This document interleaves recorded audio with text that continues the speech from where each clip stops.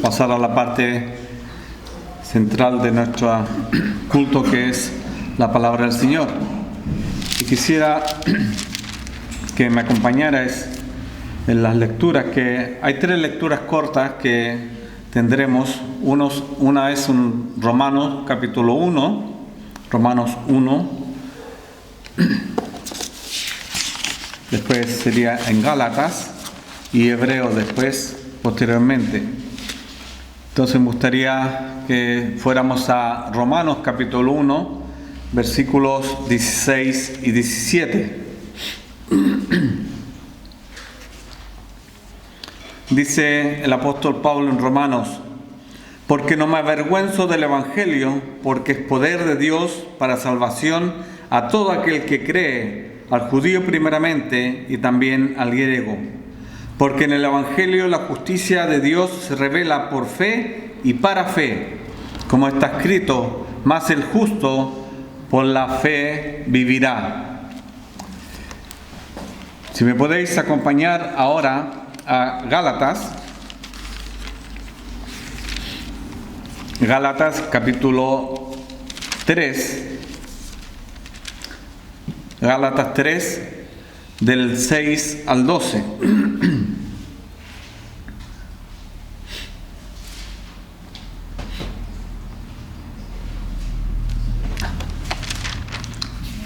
Gálatas 3, del 6 al 12.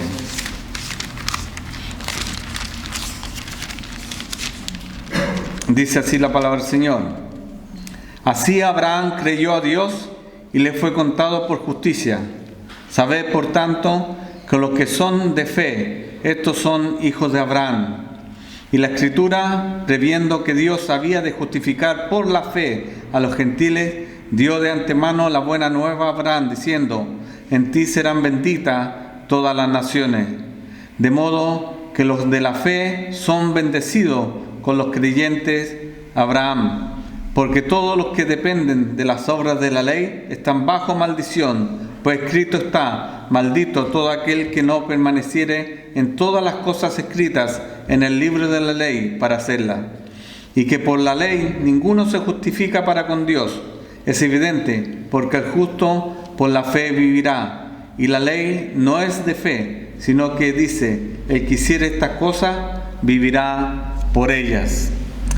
Y por último, Hebreos 10,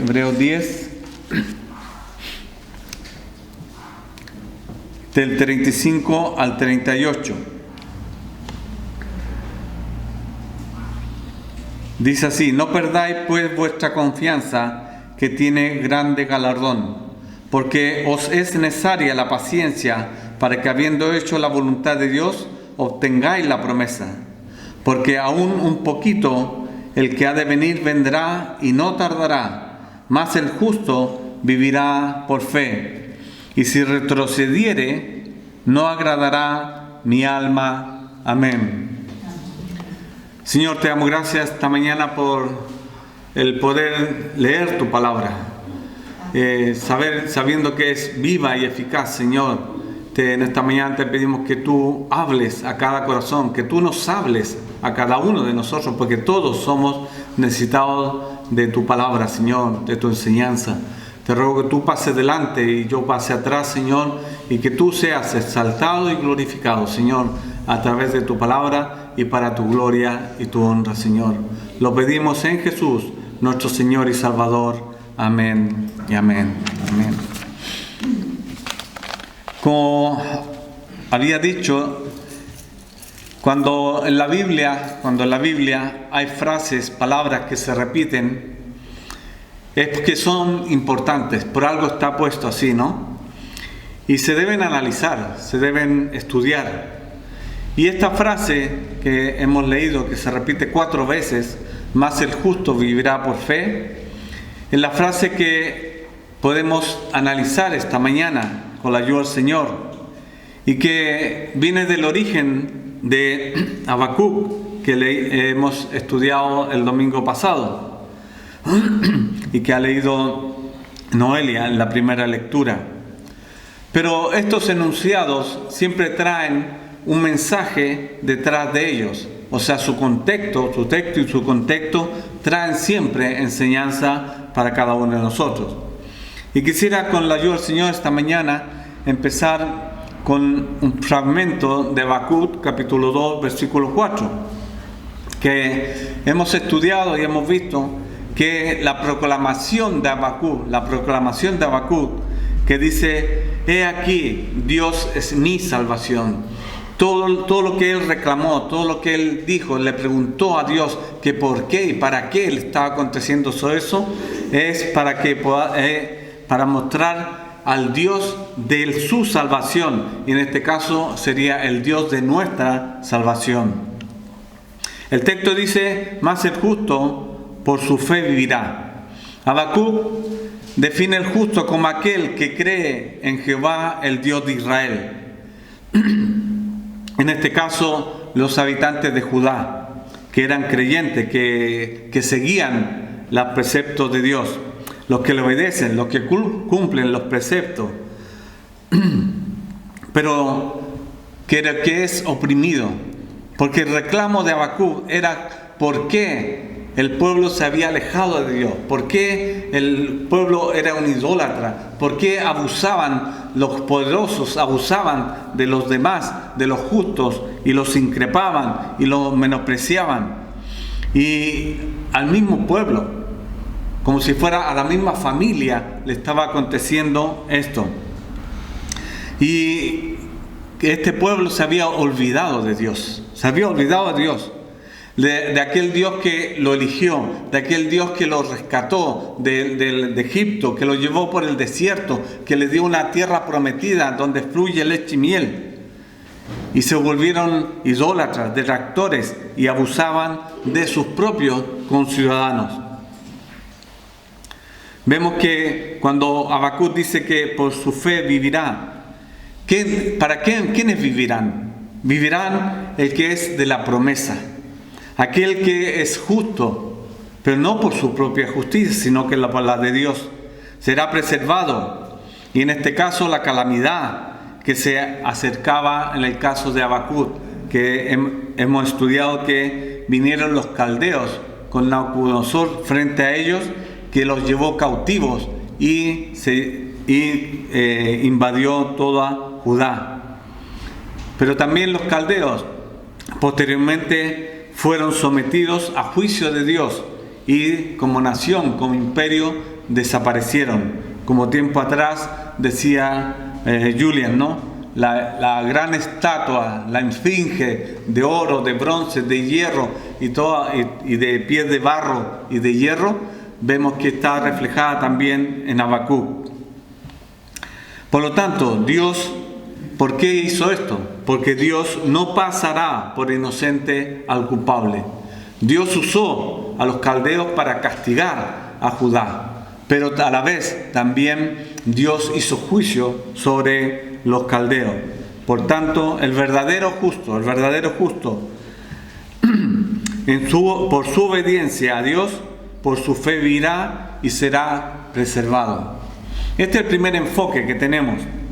Pero vayamos a Romanos 1:17, dice: mas el justo por la fe vivirá. Si lo tomamos por sí solo, si tomamos esta frase por sí sola, se puede traducir como justicia de Dios,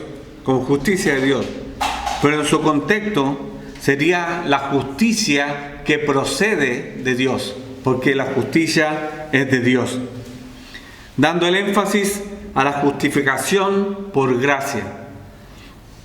Como anécdota, cuando preparaba esto, encontré una anécdota que pone que Lutero tuvo grandes problemas, grandes luchas para entender este párrafo. Y Dios, por supuesto, como siempre, Dios ilumina a los suyos, a los que Él elige, ¿no? Se dio cuenta que el significado no era justicia retributiva, no es lo que yo haga, no es lo que la obra que yo haga, sino lo que Dios ha hecho y Él libremente imputa al pecador por la gracia soberana de Dios. ¿En base a qué? en base a la expiación vicaria de Cristo. Porque Dios no quiere salvarnos a nosotros por lo que nosotros podamos hacer, porque todo lo nuestro son como trapos de inmundicia, no son cosas para presentar delante de Dios. Por lo tanto, Él quiso hacerlo con una declaración celestial, podríamos ya, un envío celestial, podríamos decir, como la que disfrutamos nosotros, que creemos en el mensaje del Evangelio, pero por gracia, por misericordia, porque Dios da la fe para creer a través del poder del Espíritu Santo. Y no solamente a nosotros, sino que a millones que antes han disfrutado de esto y a los que vendrán después. ¿Por qué? Por causa del mensaje que nosotros podamos transmitir hacia los demás. Porque nosotros somos los mensajeros y por lo tanto nosotros debemos transmitir la gracia, la misericordia de Dios y predicar el Evangelio del Señor Jesucristo, que solamente en Cristo hay salvación y vida eterna. Ahora, la obra la hace Dios. La obra la hace Dios. Dios da la fe. Dios coloca del Espíritu Santo el poder, la autoridad para que la persona entienda, comprenda el mensaje de salvación. Pero nosotros, nuestro deber es predicarlo y hacerlo. Tanto Calvino como Lutero definieron el término la justicia de Dios como la justicia que vale, la única justicia que vale ante Dios. Es la justicia imputada, la justicia que predicamos nosotros como iglesia. Esta justicia es dada o imputada libremente por Dios al pecador, que por el poder del Espíritu Santo lo acepta y se apropia de Cristo y de todos sus beneficios por la fe, que es dada por Dios. En Filipenses 3:9 dice, el 8 dice, y ciertamente aún estimo todas las cosas como pérdida por la excelencia del conocimiento de Cristo Jesús mi Señor, por amor del cual lo he perdido todo y lo tengo por basura para ganar a Cristo y ser hallado en Él, no teniendo mi propia justicia que es por la ley, sino la que es por la fe de Cristo, la justicia que es de Dios por la fe. Aquí Pablo está hablando de su testimonio y que él proseguía al blanco de la soberana vocación. Entonces debemos tener en cuenta nosotros todo esto.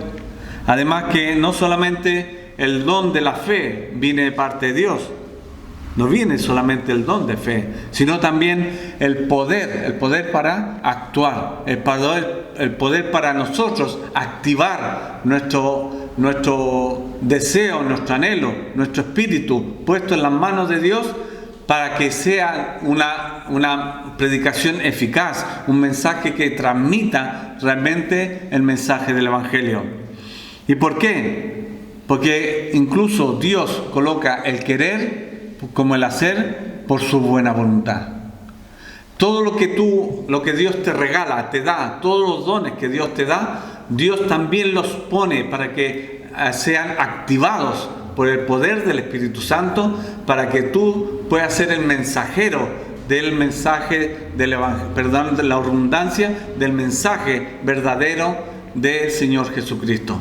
Eso es el cometido, esa es la visión clara que tiene la palabra de Dios, que nosotros somos, si hemos sido regenerados, si hemos sido conquistados, si hemos sido elegidos, si hemos sido, el Espíritu Santo ha hecho vida en nosotros y creemos por la fe en el Señor Jesucristo, el propósito nuestro es transmitir. No es para que nos llenemos nosotros, no es para que nosotros estemos pletóricos, hinchados, gordos de la gracia del Señor, sino para que la transmitamos, lo comuniquemos a otros, estas buenas nuevas de salvación. Y por eso dice, por la fe, y la fe es un don de Dios. Si tú en esta mañana crees en el Señor Jesucristo y crees con certeza que Él ha hecho la obra en ti, nosotros y tú y yo debemos proclamar el mensaje del Evangelio.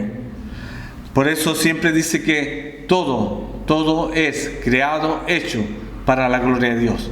Si tú has sido creado espiritualmente en la fe, en la esperanza del Señor Jesucristo y de la vida eterna, es para la gloria del Señor, no para nosotros, ni para un pastor, ni que para que se engrandezca, no.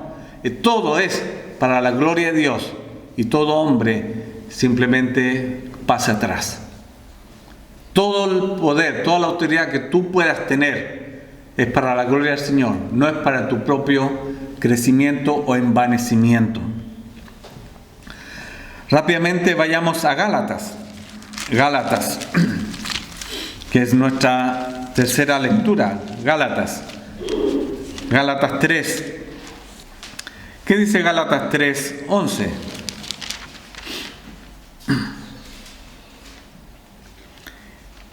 Y que por la ley ninguno se justifica para con Dios es evidente, porque el justo por la fe vivirá. Otra vez la frase esta. Ya llevamos 3 veces que vamos viendo esta frase: el justo por la fe vivirá. El justo por la fe vivirá, o el justo vivirá por fe. El énfasis en sí es el de la fe. ¿En qué? En el Señor Jesucristo. La fe en el Señor Jesucristo, no nuestra fe. Yo tengo un amigo que vive aquí en la calle Lisboa, un señor mayor, que siempre hablamos y dice, es que mi fe, mi fe anda por allá, anda por acá. Y siempre yo le insisto, pero Luis, no es tu fe. La fe que hablamos nosotros es la fe que Dios te da para creer. ¿En qué? En Cristo, en la muerte expiatoria y todo lo demás. Y siempre me sale con lo mismo, ¿no? Que su fe. No, esa fe es débil, esa fe falla, esa fe no tiene ninguna autoridad. La fe que realmente predomina, le digo yo, es la fe que Dios da para aquellos que creen en el Señor Jesucristo. Hace mucho tiempo, eso me recuerda que tengo que llamarle, porque hace mucho tiempo que no lo he visto. No sé, es muy mayor, no sé cómo estará. Y eso me sirve para recordarme que tengo una deuda. Entonces, ¿qué tenemos? El énfasis de Pablo, aquí, el de Pablo, que según la lectura, en este fragmento de Gálatas, la ley no tiene ningún poder. La ley no tiene ningún poder para subyugar, someter las tendencias pecaminosas del ser humano. No puede destruir el pecado. La ley no puede destruir el pecado en el ser humano. ¿Y cómo podrá el pecador entonces? ¿Cómo podrá el pecador alcanzar la máxima bendición y obtener sus consecuencias? Y que las consecuencias, ¿cuáles son del poder de Dios? Es paz, es comunión, es esperanza, es vida eterna. Es, a pesar de las dificultades, confiar en que Dios tiene el control y la autoridad de todas las cosas. Esa es la fe, la cual confiamos nosotros. La respuesta de Gálatas sirve como sirvió en Habacuc en el Antiguo Testamento. Y para Pablo, hace 2000 años, y para nosotros sirve. Y para hoy, este día domingo 28, es para nosotros también, esta mañana. No importa la raza, no importa el color, no importa si es judío o griego, no importa. Dios no hace acepción de personas. Y la fe es gratuita, porque es un don de Dios. La fe, tú tienes que confiar en el poder de Dios, en la autoridad que tiene Dios para cambiar, para transformar la vida de las personas. Y por eso dice que el justo por la fe vivirá. Y no es por su fe, no por mi fe. Que quede bien claro eso. Sí, nosotros podemos tener confianza en Dios, que Él responderá, Él hará. Pero la fe, la que da esa fuerza en medio de la tristeza, en medio del duelo, incluso en medio del problema, esa fe que tú confías que Dios tiene el control de todas esas cosas, es la fe que Dios te da para que como retribución, como un regalo, para que tú puedas estar confiado, esperando que Dios siempre tendrá la última palabra. ¿Y qué son las cosas que disfrutamos cuando tenemos esa fe? Esa fe podemos verla que quizás al tener la confianza en el Señor dice: gozaos de la paz de Dios que sobrepasa todo entendimiento. Esa paz, ¿cuál es? En la que tú estás inmerso a lo mejor en una amargura, en una tristeza, en un duelo, como decía anteriormente, o cualquier enfermedad. Esa paz que Dios te da de saber que estás en sus manos, que estás en sus manos, que no hay nada ni nadie que pueda a lo mejor consolarte, no hay nada ni nadie que podrá ayudarte, no hay nada ni nadie que podrá sacarte a lo mejor de allí. Es solamente el amor, la misericordia de Dios que te levanta, que te restaura, que te muestra qué camino seguir. Y esa es la paz que Dios da, la paz que el mundo ansía tener y no lo logra, no lo logra. ¿Y cómo quiere lograrlo? Lo hemos dicho otras veces, a través de la droga, a través de la diversión en exceso, a través del alcohol, a través de tantas cosas que embotan la mente de la persona. Yo he conocido gente que se droga.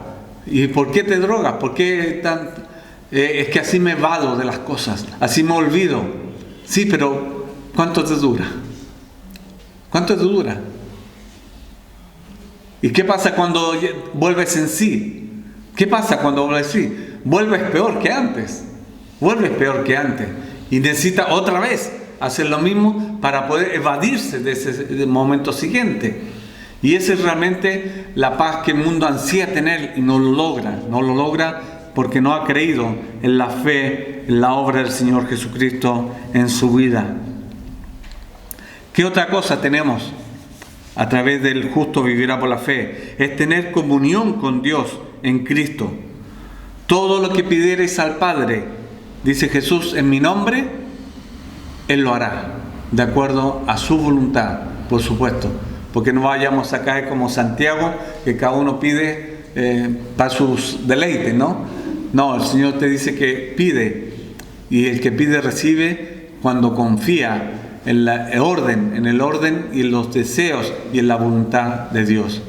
Si mientras tú estés más en comunión con Dios, mientras tú estés más en esa simbiosis con Dios, realmente entenderás cuál es la voluntad de Dios y pedirás de acuerdo a la voluntad de Dios.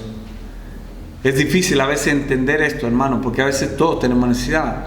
Orábamos, nuestra hermana Alejandra y nuestro hermano Javi oraban de las necesidades que tenemos, son miles de necesidades. Pero todas esas miles de necesidades nosotros tenemos que someterlas ¿a qué? A la voluntad de Dios. Señor, tú que conoces mi vida, tú que conoces mi situación, tú que conoces el futuro, tú que conoces lo que me acontecerá al segundo siguiente, dame y responde de acuerdo a tu voluntad y a tu misericordia. Conversaba con una hermana hace poco, me decía: Víctor, mira, me están pasando tantas cosas negativas, que realmente estoy abrumada. Pero sabes, he visto una cosa, he visto que Dios me hace pasar por esto, pero cada vez le estoy conociendo más a Él. Imagínate, en medio de esa situación, ha podido ella vislumbrar que Dios está trabajando en ella. Incluso su vida como matrimonio está encauzándose mejor.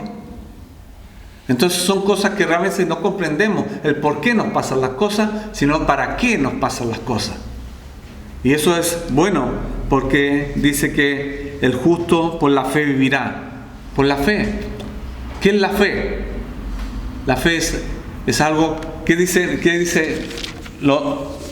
Os leeré lo que es. Es pues la fe, la certeza de lo que se espera, la convicción de lo que no se ve.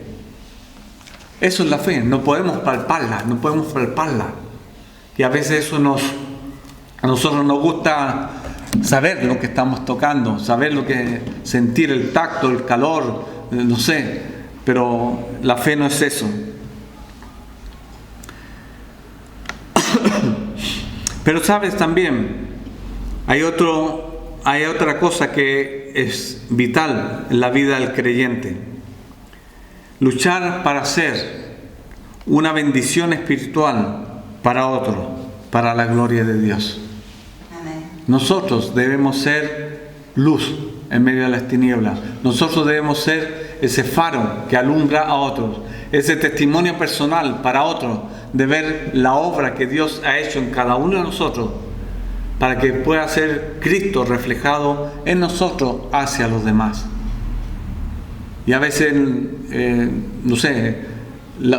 tapamos esa luz, ¿no? Le ponemos una manta encima y no se ve realmente lo que hay. La edificación mutua. Y pensemos que no es nuestra justicia. Somos justificados. No es nuestra fe. Es un don de Dios. No es nuestra vida. Es Cristo por la fe en nuestras vidas. Y Pablo lo resume en Gálatas 2:20 y dice así: con Cristo estoy juntamente crucificado, y ya no vivo yo, mas Cristo vive en mí. Y lo que ahora vivo en la carne, lo vivo en la fe del Hijo de Dios, el cual me amó y se entregó a sí mismo por mí. Son cosas a veces difíciles de asimilar. Y Gálatas nos lleva a esta última fase, a esta última frase, que es importante y nos traslada y nos hace un paralelo con la promesa que Dios dio a Habacuc. Habacuc, ¿qué decía? En Habacuc decía, lo leeré mejor, Habacuc 2, el 3 y el 4, dice: aunque la visión tardará aún por un tiempo, mas se apresura hacia el fin, y no mentirá, aunque tardare, espéralo, porque sin duda vendrá y no tardará. He aquí que aquel cuya alma no es recta se enorgullece, mas el justo por su fe vivirá. Y vemos aquí en Hebreos, ¿qué nos dice? 37 y 38. Dice: porque aún un poquito, y el que ha de venir vendrá, y no tardará, mas el justo vivirá por fe. Y aquí se produce algo que es llamativo a la vez, porque cuando Habacuc escuchó y escribió lo que Dios le había dicho, él comprendió que era una profecía que vendría después. Sí, los caldeos vinieron, invadieron Judá, se llevaron cautivos y todo lo demás, pero había otra proyección. ¿Cuál era la proyección? La proyección de la venida del Mesías prometido. Y eso tardó casi 600 años. Casi 600 años tardó en cumplirse. Pero fue la profecía que tenía el pueblo desde el principio, desde el Génesis, cuando Dios le dijo a la mujer: de la simiente de la mujer nacerá aquel que cortará la cabeza de la serpiente, y ella le irá en el calcañán. Y esa era la profecía del que vendría el Mesías prometido, y que el pueblo judío esperaba. Y se cumplió cuando vino Cristo a la tierra y trajo e instauró el reino de los cielos en la tierra. Era el reino espiritual que decía Julian en sus estudios. El reino que instauró el reino de los cielos, ese reino que no es físico, ese reino que es espiritual. Y por lo tanto, vemos aquí otra traslación hacia otra anuncio, otra profecía. Es la segunda venida del Señor Jesucristo. Y aquí en Hebreos se ve, dice: porque aún un poquito, y el que ha de venir vendrá, y no tardará. Y esa es la promesa que esperamos los creyentes. Eso es lo que nos mantiene en expectativa. ¿Cuándo vendrá el Señor? ¿Cuándo vendrá? Y eso nos hace a confiar en ¿qué? Que el justo vivirá por fe. Otra vez. Y vemos que realmente esta interpretación mesiánica ha sido en los tiempos de los apóstoles, pero también es hacia nosotros, hacia la segunda venida del Señor Jesucristo. ¿En qué? Entre la perseverancia, en la esperanza del día de Jesucristo. ¿Tú esperas al Señor Jesucristo? ¿Esperamos al Señor Jesucristo? Sí. Él dice que no tardará. Él está a las puertas. Dice Él a las puertas. ¿Y cuál es la actitud? Nosotros debemos esperar. La esperanza sobre esperanza, la fe sobre fe, de confiar que Él cumplirá. ¿Por qué? Porque Él es Dios. Y Él, su sí, es un sí eterno. Él no puede contradecirse a sí mismo, porque no es hombre para que tal cosa acontezca. Y por lo tanto nosotros, ¿qué podríamos decir? Que nosotros debemos estar perseverando, confiando, mirando el día que el Señor vendrá, pero ¿qué? Preparados. Patri en la mañana decía que a veces nos enredamos con todas nuestras cosas y tenemos incluso poco tiempo a veces para orar y para tener comunión con el Señor. Y esa es una lucha que se tiene y es verdadera, en la cual los creyentes tienen que poner toda su confianza en el Señor y en su obra y en lo que Él prometió. Porque el mundo se debate en una agonía en la cual solamente se puede vislumbrar que el Señor vendrá y no tardará. El Señor vendrá y no tardará. Pero ¿cuál es lo que nosotros tenemos? Más el justo por la fe vivirá. Como dice Pablo, ya no vivo yo, vive Cristo en mí. Y por lo tanto esa visión que tiene es la esperanza de que el Señor venga.